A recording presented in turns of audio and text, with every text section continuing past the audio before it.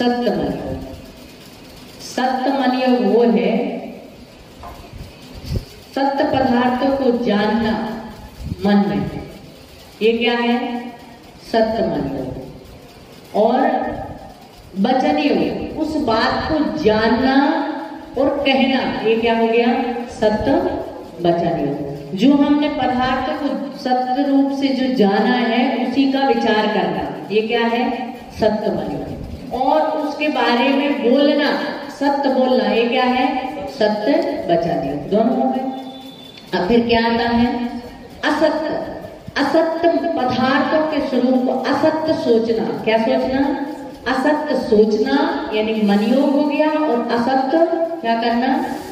बोलना, ये क्या हो गया? असत्य वचन योग। ठीक है ना। अब फिर क्या आता है? उभय। उभय कहते हैं दोनों को। उभय मतलब दोनों, सत्य भी है और असत्य भी है। जैसे घड़े को घी का घड़ा कहना, क्या कहना? या पानी का मटका। पानी का मटका है क्या? पानी का मटका है क्या? वो काय का मटका है? मिट्टी का है, लेकिन फिर भी सत्य भी है और असत्य भी है। उसमें चूंकि पानी भरा हुआ है इसलिए वो पानी का मटका है। ठीक है ना। फिर क्या आया? अनुभव। इसमें ना तो सत्य का ज्ञान होना ना असत्य का ज्ञान होना। जैसे हमारे पास से कुछ निकला, हमें आभास हुआ। अनुभव मतलब आभास होना, अनुभव मतलब आवाज। जैसे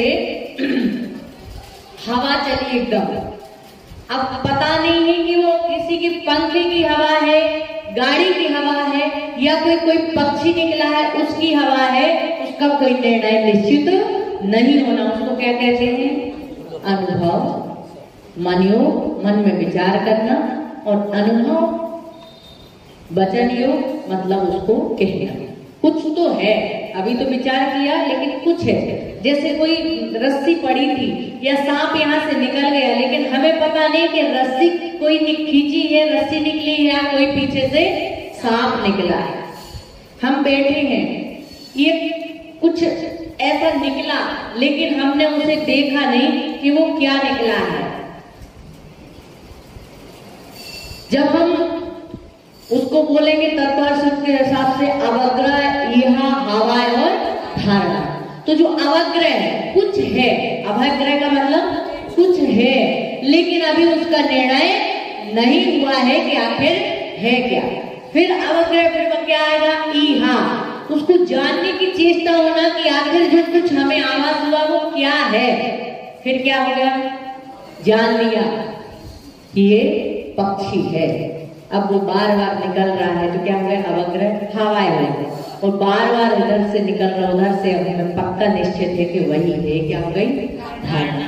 तो यहाँ पे कुछ है, आभास होना। अनुभव मतलब आभास होना, अनुभव होना, उसका नाम है अनुभव। मन में विचार करना अनुभव, मन योग। और वचन से बोलना है, क्या है? वचन। ठीक है। अनुभव, अनुभव, अनुभव। तो अनुभव का मतलब अनुभव, अनुभव मतलब आभास। ठीक है। अब यहां से हम चलेंगे आज 9वें नंबर के छंद की तरफ। आश्रम का त्याग का उपदेश बंद संवर्ण निजरा का लक्षण बताते हुए पंडित दौलत राम जी कह रहे हैं। आत्मे को दुख कारण ताते इनको तजिए।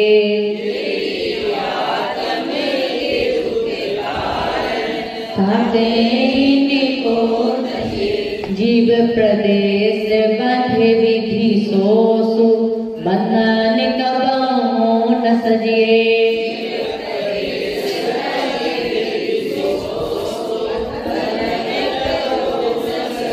समदम में तेजो कर्म न आवे सुसंबर यादरिए।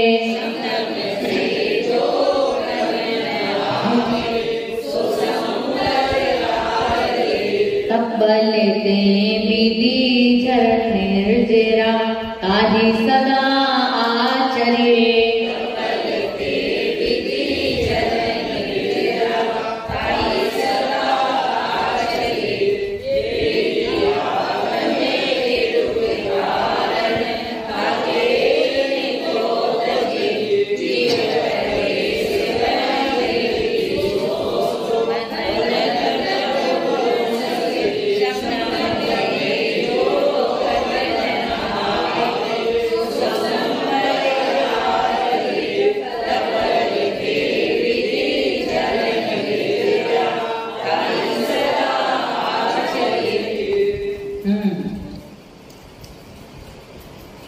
ये कह रहे हैं कि ही आत्मा को दुख कारण। ये की मतलब कौन है आत्मा के दुख के कारण? ये मिथ्यादि अर्थात जो आश्रव है 57, ये किसके कारण है? दुख के कारण है। ये मिथ्यादि है, ये सभी कैसे हैं? दुख के कारण हैं। इसलिए ताके मतलब इसलिए इनको तजिए, इनको तजिए, इनको तजिए। आश्रव जो है ये दुख के कारण है, इसलिए इनको छोड़ना चाहिए। जीव प्रदेश बंधे विधि सो, जीव मतलब आत्मा के जो प्रदेश हैं क्या हुए हैं? आत्मा के प्रदेशों का विधि मतलब कर्म, विधि मतलब कर्म, कर्मों से बंध जाना बंध कहलाता है। आत्मा का कर्मों से बंध जाना बंध कहलाता है। तो बंध किससे होगा? आश्रम से होगा। जब हमारे आश्रम आएंगे और उन आश्रमों को हम रोक करके रखेंगे तो क्या हो जाएगा? बंद हो जाएगा। आपके घर में मेहमान आया, आपने खूब आवभगत उसकी की और उसे खूब मनमार की, खूब रोकने का प्रयास किया, तो वो क्या हो गया? रुक गया। आया था लेकिन जाने वाला था, लेकिन आपने उसको क्या कर लिया? रे से ही। ये कसाय है, मिथ्यादि परिणाम है। निरंतर ये परिणाम हमारे आ रहे हैं, जा रहे हैं, लेकिन उन परिणामों को कुछ समय तक, देर तक उसको हमने ठहरा के रख लिया तो क्या हो जाएगा? ये मेहमान हमारे घर में, हमारी आत्मा में क्या हो जाएंगे? रुक जाएंगे। क्या बात है, आज तो मीना भाभी आ गई। सूरज कहीं पूरब से की जगह पश्चिम से तो नहीं निकल गया। कभी देख लिया करो हमारा झंडा लहरा रहा है कि नहीं लहरा रहा है। नहीं तो हवा देने आ जाए करो थोड़ी लहरा। अच्छा मीरा है, अरे मीरा मगर भाई हम तो सोचे मीना कौन आ गई, देखो नई लेडी जा रही है। मीना तो किसी का नाम है तो है ही नहीं क्या? चलो कोई बात नहीं, मीरा मीरा जो ये वहाँ पे स्विच रखी है, वही से स्विच देती है तो ठंडा लगा है। अच्छा यहाँ लहरा लगता है, तब ठीक है। का स्विच हमें भी दे देना, हमारे रूम से ही हम सब लोगों को लहराते रहेंगे। चलिए, तो ये कह रहे हैं जीव प्रदेश, जीव मतलब आत्मा के जो प्रदेश हैं, विधि सो कर्मों से बंधन क्या हो जाते हैं? बंध को प्राप्त हो जाते हैं। हमारे आत्मा के प्रदेश कर्मों से बंधना यानी बंध कहलाता है। बंधन कबो न सजिए, इसलिए उस बंधन को कभी नहीं बांधना चाहिए। समदम तेजो कर्म न आवे, सो संवर आदर। सम मतलब कसायों को समन करना, दम मतलब इंद्रियों का दमन करना। 3 लोग हैं, एक को कहा समन करो, एक को कहा दमन करो और एक को कहा दान करो। ये 3 व्यक्ति कौन कौन है? कसाई या फिर राक्षस को कहा समन करो, क्या करो? समन करो। और देवों को कहा दमन करो, या फिर नारकियों को कहा समन करो, देवों को कहा दमन करो। किसका दमन करो? इंद्रियों का, क्योंकि वहां पे भोगों की आकांक्षा ज्यादा होती। सो उनको कहा दमन करो और मनुष्यों को कहा दान करो। ठीक है ना? तो कह रहे समन, सम दम दें, कसायों का समन करने से यानी कसायों को उपशम करने से, दमन इंद्रियों को उपशमित अर्थात इंद्रियों को वश में करने से, इंद्रियों पर विजय प्राप्त करने से, कर्म न आवे, एक कर्म हमारे पास नहीं आते। सो संवर आदरिये, उसको ही कर्मों का, नवीन कर्मों का रुक जाना, इसका नाम क्या है? सम। जो कर्म हमारे पास आए थे वो हैं, लेकिन जो नवीन कर्मों का बंद हो रहा था उन कर्मों का क्या हो गया, रोक दिया। फैक्ट्री में बहुत सारा माल हमारे पास आ गया है, अब हमें माल की आवश्यकता नहीं है, इसलिए क्या कर दिया, माल को आने से रोक दिया। इसका नाम क्या है, संवर। हमारी जो परिणाम अच्छी या बुरी हो रहे थे, उन अच्छे और बुरे परिणामों को हमने क्या कर दिया, रोक दिया। अब कर्मों का जो नवीन कर्मों का बंद हो रहा था, उन कर्मों का आना क्या हो गया, रुक गया। उसको क्या कहेंगे, संबल। लेकिन जो स्टॉक में माल पड़ा हुआ है, जो स्टॉक में कर्मों की सत्ता पड़ी हुई है, उसको धीरे धीरे क्या कर देना, खिरा देना। उसका नाम क्या है, निर्जरा। और पूरा जो स्टॉक कर्मों का स्टॉक है हमारी आत्मा में, उन सारे स्टॉक को खत्म कर देना, उसका नाम मोक्ष। ठीक है ना, इतने जल्दी मोक्ष हो गया। यहाँ 21 साल हो गए साधना करते करते, अभी आता ही बताती है। ठीक है ना, तो कह रहे समदम ले जो कर्म ना आवे सो संवर आधारिये। समन करने से, दमन करने से कर्मों का आश्रय होता नहीं है। इस वही कर्मों का आश्रय नहीं होना ही क्या है, संवर है। तप बल ते विधि कर्म निर्जरा। तप के बल से, किसके बल से, तप के बल से, विधि मतलब कर्मों का, झरण निर्जरा, झरना, उसका नाम क्या है, तप आदि साधना आदि संयम आदि की साधना करने से जो कर्मों की निर्जरा होती है, कर्मों का झरना होता है, वो निर्जरा कहलाती है। ताहि सदा आचरिए, उसका ही आचरण हमें करना चाहिए। बात समझ में आ गई? पीछे वालों को, भाभी जी, सरिता भाभी, सुनीता भाभी, क्या नाम आपका? भाई लोगों के सबके नाम याद है, आप लोगों के नहीं? बताओ क्यों नहीं? आते तो हैं, लेकिन क्लास में आए और फिर उसके बाद में ऐसा काम पड़ता नहीं, इसलिए हम इन लोगों से तो कुछ ना कुछ काम बताते रहते हैं, तो इसलिए इन लोगों के नाम याद हो जाते है ना। तो ये बात भी सच है, ये बात भी सही है। वैसे भी अपोजिट चलता है सब कुछ।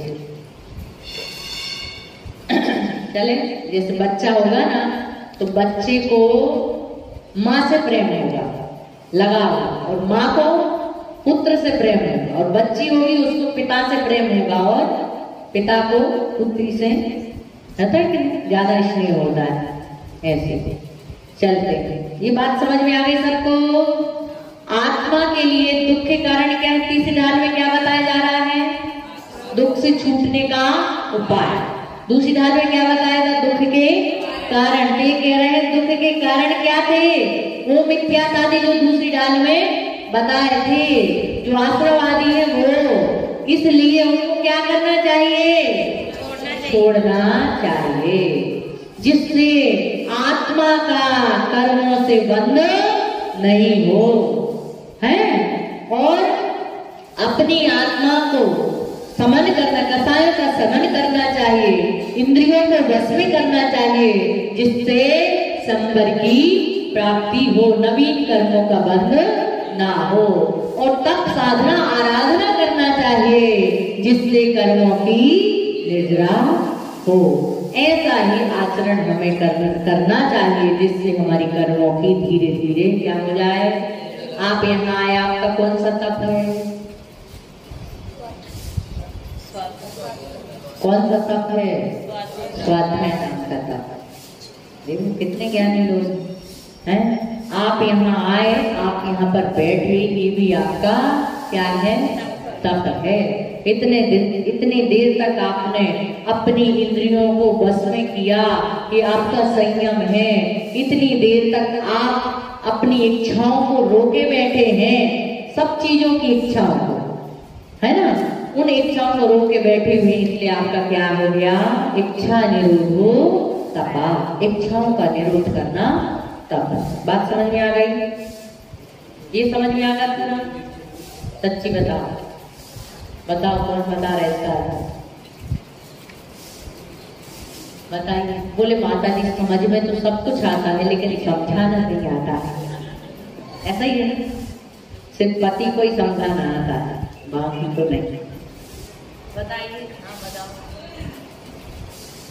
ये आश्रम जो जीव को दुख देते हैं, हमें इस प्रकार 57 जो आश्रम कर्मों को छोड़ देना चाहिए और जीव का कर्मों आत्मा का कर्मों के साथ जो बंध जाता है ऐसे बंधन को भी हमें छोड़ देना चाहिए। और जो कसाय है और इंद्रियों को जो बस में कसाय का दमन करके इंद्रियों को और इंद्रियों का दमन कर देना चाहिए, करके संवर को रोकना चाहिए, संवर करना चाहिए। और तप के द्वारा हमारे अंदर आए हुए कर्म है उनको धीरे धीरे करके हमें छोड़ देना चाहिए। बहुत सुंदर। और फिर हमें मोक्ष की प्राप्ति। अरे क्या बात है, बहुत सुंदर, जोरदार तालियां। तो यहाँ पर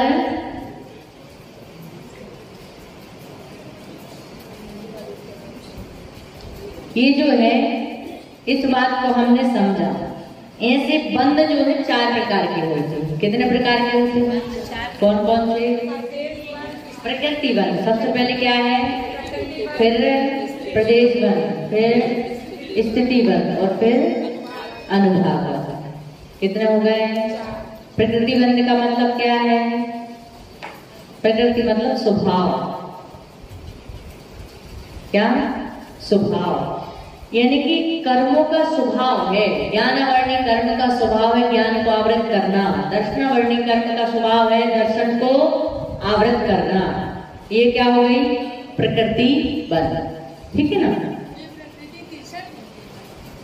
हाँ 63 होती है। प्रकृति होती है 148। कितनी होती है? 148। कैसे होती है 148? बताइए।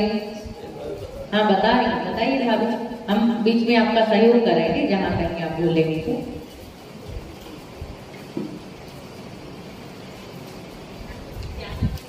ज्ञानावर्णी की 5, दर्शनावर्णी की 9, वेदनी की 2, जोड़ते जाओ आप लोग। वेदनी की 2, अंतराय की 5, ज्ञानावर्णी वेदनी मोहिनी 28। हाँ ज्ञानावर्णी की 5, दर्शनावर्णी की 9, ज्ञानावर्णी दर्शनावर्णी, वेदनी की 2, मोहिनी की 28, नाम कर्म की 93, आयु कर्म की 4, गोत्र की 2, अंतराय की 5। कितनी हो गई? जोड़ लो। 148 प्रकृति हो गई। कितनी हो गई? 4। गोत्र 2, गोत्र सुन लीजिए। ज्ञानावर्णी की 5, दर्शनावर्णी की 9, वेदनी की 2, साता और असाता 2, वेदनी मोहिनी की 28, आयु की 4, नाम कर्म की 93 और गोत्र कर्म की 2 और अंतराय की 5। ये टोटल कितनी हो गई? अब इसको पढ़ना है, 48 प्रकृतियों को पढ़ना है तो जैन सिद्धांत प्रवेशिका का 5वां अध्याय पढ़ लीजिए। इसको जैन सिद्धांत प्रवेशिका छोटी सी पुस्तक है लेकिन उसमें पूरा मथारा भरा हुआ न्याय का विषय। और ये पूरी 48 प्रकृतियां पूरा पुरस्कार, मतलब यूं कहना चाहिए कि गोमट सार कर्म कांड जैन सिद्धांत प्रवेशिका के 5वें भाग में पूरा का पूरा। ठीक है ना? तो वैसे ये क्या हो गई? प्रकृति बंध। प्रकृति बंध फिर क्या होता है? प्रदेश बंध। फिर इसे प्रदेश बंध कौन है? प्रदेश बंध किसे कहेंगे? ज्ञानावर्ण आदि कर्मों के प्रदेशों की संख्या को जो हीना दिखता लिए हुए परिणमन होता है उसे क्या कहते हैं? प्रदेश बंध कहते हैं। अर्थात कर्म जो है, कर्म जिस स्थान को घेरते हैं उसको क्या कहते हैं? प्रदेश। क्या आपकी भाषा में? जिस स्थान, एक तो प्रकृति आ रहे हैं कर्म, लेकिन उन कर्मों ने इस प्रदेश उस स्थान को क्या कर लिया है, घेर लिया। ये क्या हो गया, प्रदेश। प्रदेश मतलब स्थान, स्थिति। अब क्या हो गई उस कर्मों की स्थिति, किसी की 70 कोड़ा कोड़ी सागर की है तो किसी की 20 कोड़ा कोड़ी सागर की है तो किसी की कितनी भी है, जिसकी जितनी है उस स्थिति को उसने बांधा। ठीक है ना। अनुभाग, उस कर्म की स्थिति तो कितनी है, जैसे मोहिनी कर्म की स्थिति 70 कोड़ा कोड़ी सागर, लेकिन हमने उस स्थिति को कितने भाग में बांधा, वो क्या हो गया, अनुभाग। बात समझ में आ गई। अब जरूरी नहीं है कि हमने 70 कोड़ा कोड़ी सागर ही बांधी, कुछ कम भी बांधी होगी, और जो स्थिति हमने बांधी है या तो 70 कोड़ा कोड़ी सागर या उससे कम, उसको क्या कहेंगे, अनुभाग। ठीक है ना। कितने अंशों में आपने उस स्थिति को, उस कर्म की स्थिति को बांधा। बात समझ में आ गई। प्रकृति का मतलब कर्मों का स्वभाव, जो उसका स्वभाव है वो स्वभाव। प्रदेश पंथ का मतलब वो जो कर्म है वो कितने स्थान को आवृत कर रहे, घेर रहे हैं, वो क्या हो गया, प्रदेश। और स्थिति मतलब कर्मों की जो स्थिति है वो स्थिति, और अनुभाग मतलब उन कर्मों की स्थिति में से कितनी स्थिति आपने बंध को प्राप्त की है, वो क्या हो गया, अनुभाग। ठीक है ना। मतलब 4 वेद में अनुभाग भी आया हो गया ना, प्रकृति, प्रदेश, स्थिति और अनुभाग, 4। प्रकृति, प्रदेश, स्थिति और अनुभाग। हाँ, पहले प्रकृति बंध होगा, फिर स्थिति, प्रकृति, फिर प्रदेश, फिर स्थिति और फिर अनुभाग। ठीक है ना। आगे चले हम।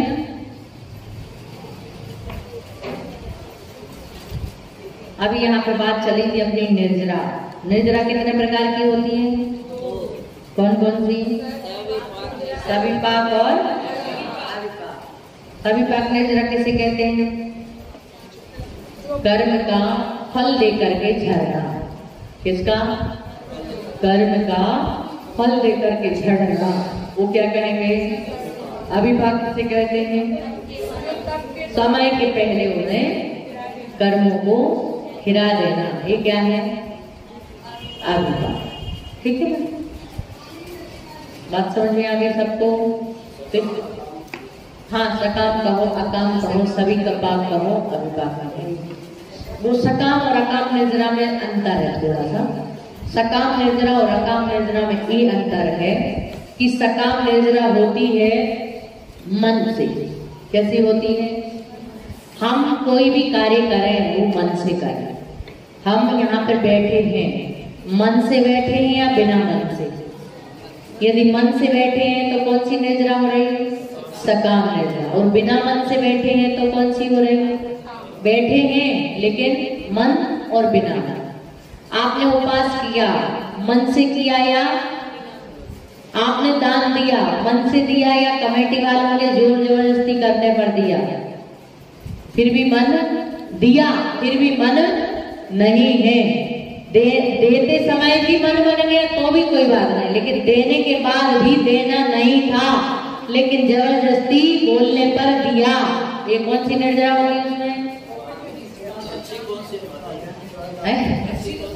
अच्छी निर्जरा है। सभी पाक में भी अकाम सकाम है, अकाम सकाम है। सकाम निर्जरा अच्छी, जो मन से की गई, जो मन से किया गया उत्तम कार्य, उससे सकाम निर्जरा होती है। जो बिना मन से किया गया उससे अकाम निर्जरा होती है। कभी अकाम निर्जरा करें भवनत्रक में सुरतन धरें। अकाम निर्जरा करने से भवनवासी, व्यंतरवासी, ज्योति पर्याय को प्राप्त होते हैं, और सकाम निर्जरा करने से वैमानिक देव, सम्यक दृष्टि देव बनते हैं। That's all, your self decision। आपको डिसीजन करना है कि आपको कौन सी निर्जरा करनी है। ऐसे अविपाक और सविपाक है। सविपाक और अविपाक में ये अंतर है कि हमारे जो कर्म हैं निरंतर झड़ रहे हैं, समय हो गया उनका, उनकी अवधि पूरी हो गई, तो अपने आप कर्म क्या हो गए, फल भी दे रहे हैं, नहीं भी फल दे रहे हैं, हमें पता ही नहीं चल रहा है। बहुत सारे कर्म हमें पता ही नहीं चल रहा है लेकिन वो कर्मों की निरंतर क्या हो रही है, उनका समय पूरा हो गया, इतने समय तक उनको रहना था और वो क्या हो गए, हटते जा रहे हैं। वो कौन सी निर्जरा हुई, सविपाक निर्जरा। और अविपाक निर्जरा कैसे हुई, हमने व्रत कर लिया, उपास कर लिया, भगवान सुरेंद्र की भक्ति पूजन आराधना कर ली, गुरुओं की सेवा कर ली, उससे जो निर्जरा हुई वो कौन सी हो गई, अविपाक। हाँ, यहाँ पे अविपाक अच्छी निर्जरा और सविपाक मतलब सहज। आम जो है एक आम अपने आप पक गया, वो कौन सी निर्जरा कहलाएगी, सविपाक। माता जी जो कर्म जड़ रहे हैं हमको पता भी नहीं चल रहा है, वो सविपाक। हाँ, जो हमें पता ही नहीं चल रहा है, कुछ फल भी दे रहे हैं। जैसे कभी कोई दुख आया, आपके ऊपर संकट आता, आप कहते हे भगवान पता नहीं कौन सा कर्म किया था जिसका फल हमें मिल रहा है, और एक जो होता है उसका फल ही नहीं मिला, हमने उस फल प्राप्त होने के पहले उस कर्मों की निर्जरा को क्या कर दिया, नष्ट कर दिया। चोर डकैती करने वाले आने वाले थे, डकैती को इंजाम देने वाले थे, लेकिन पहले ही खबर लग जाने से हमने पुलिस को सूचना दे दी और गांव के बाहर ही वो क्या हो गए, समय के पहले ही पकड़े गए। ठीक है ना। ऐसे ही जो कर्मों की निर्जरा है, वो कर्मों की निर्जरा हमने तब साधना आदि के माध्यम से, अभी हमारे संसार की स्थिति कितनी है, 70 कोड़ा कोड़ी सागर, कितनी है, 70 कोड़ा कोड़ी सागर। मोहिनी कर्म की स्थिति कितनी है, 70 कोड़ा कोड़ी सागर। तो जब तक मोह है तब तक संसार है, मोह खत्म हुआ, संसार खत्म हुआ, तो हमारी स्थिति 70 कोड़ा कोड़ी सागर को हमें भोगना ही है। और ये 70 कोड़ा कोड़ी सागर एक बार नहीं, अनंत बार हमने भोगी है ना। तो उस स्थिति को हमने क्या किया, दीक्षा ले ली, तप कर लिया, साधना कर ली, और 70 कोड़ा कोड़ी स्थिति को हमने क्या कर दिया, कम कर दिया, नष्ट कर दिया, और दीक्षा लेकर के साधना करके निर्वाण को प्राप्त कर लिया। तो संसार की जो 70 कोड़ा कोड़ी सागर की स्थिति थी वो हमने समय के पहले ही क्या कर दी, बात समझ में आ गई, ठीक है ना। समय आपका हो गया, अब आगे आज एक ही हुआ है, आप पूछिए। जानबूझ के किया हुआ कर्म ताकि क्या निर्जरा होगी, है जानबूझ के किया हुआ कर्म या मन से भी किया हुआ कठोर। देखिए, बहुत सुंदर, मन से किया गया पाप मन में विचार करने से धुल जाता है। जैसे हमने किसी के बारे में बुरा सोचा, लेकिन बाद में हमने मन से पश्चाताप कर लिया, तो क्या हो जाएगा, धुल जाएगा। वचन से यदि हमने किसी को गाली दी, और जब तक हम मन से विचार कर लेंगे कुछ नहीं होगा, लेकिन जब तक हम वचनों से उससे क्षमा याचना नहीं कर लेंगे, मन से भी और वचनों से भी, तब तक वो हमारा पाप नहीं धुलेगा। और काया, कहते हैं काया से किया गया पाप वज्रलेप के जैसा होता। काया मतलब शरीर। अब किसी को आपने झापड़ मारा, अब झापड़ मार दिया आपने, आप कितनी भी क्षमा कर लेना, कितनी भी माफी मांग लेना, लेकिन फिर भी वो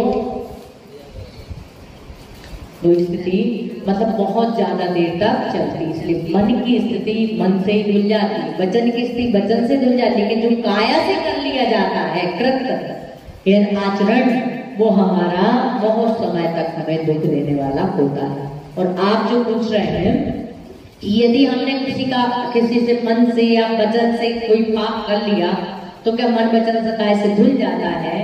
तो कर्म जो है बंधते भी हैं और छूटते भी हैं। यदि हमने उसका पश्चाताप कर लिया, निंदा और गर्ह, हमारे यहाँ पे 2 शब्द हैं, निंदा और गर्ह।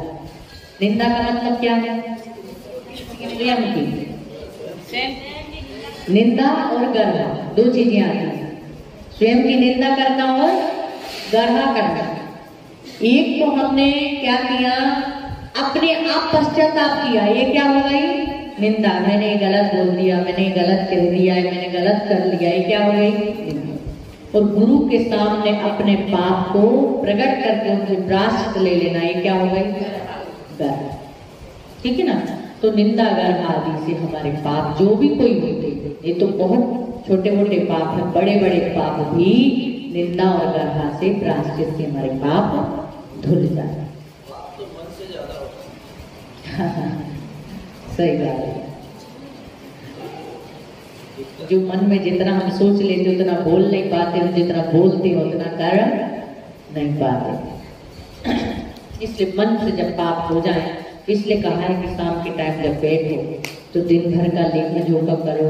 जैसे हम अपने व्यापार का करते हैं ना कि भाई हमने कितना कमाया, कितना गमाया, कितना क्या किया शाम को, ऐसे ही हमें शाम को जब सारे काम से निवृत्ति मिल जाए तब 10 मिनट 5 मिनट बैठ करके अपना आत्मनिरीक्षण करो कि हमने कितना आज पुण्य किया है, कितना पाप किया है, किन किन के प्रति हमने अपने परिणामों को बिगाड़ा है, किन किन के प्रति हमने अपने परिणामों को अच्छा बनाया है।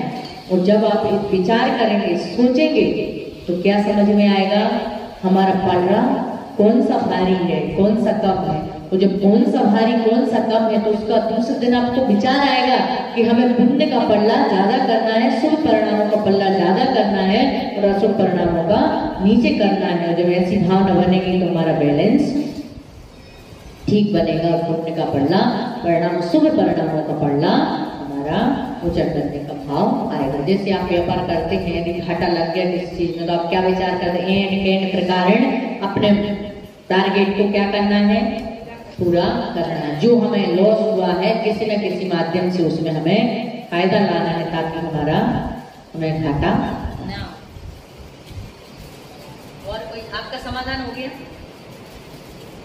और कोई जिज्ञासा के समाधान है समाप्त होते हैं?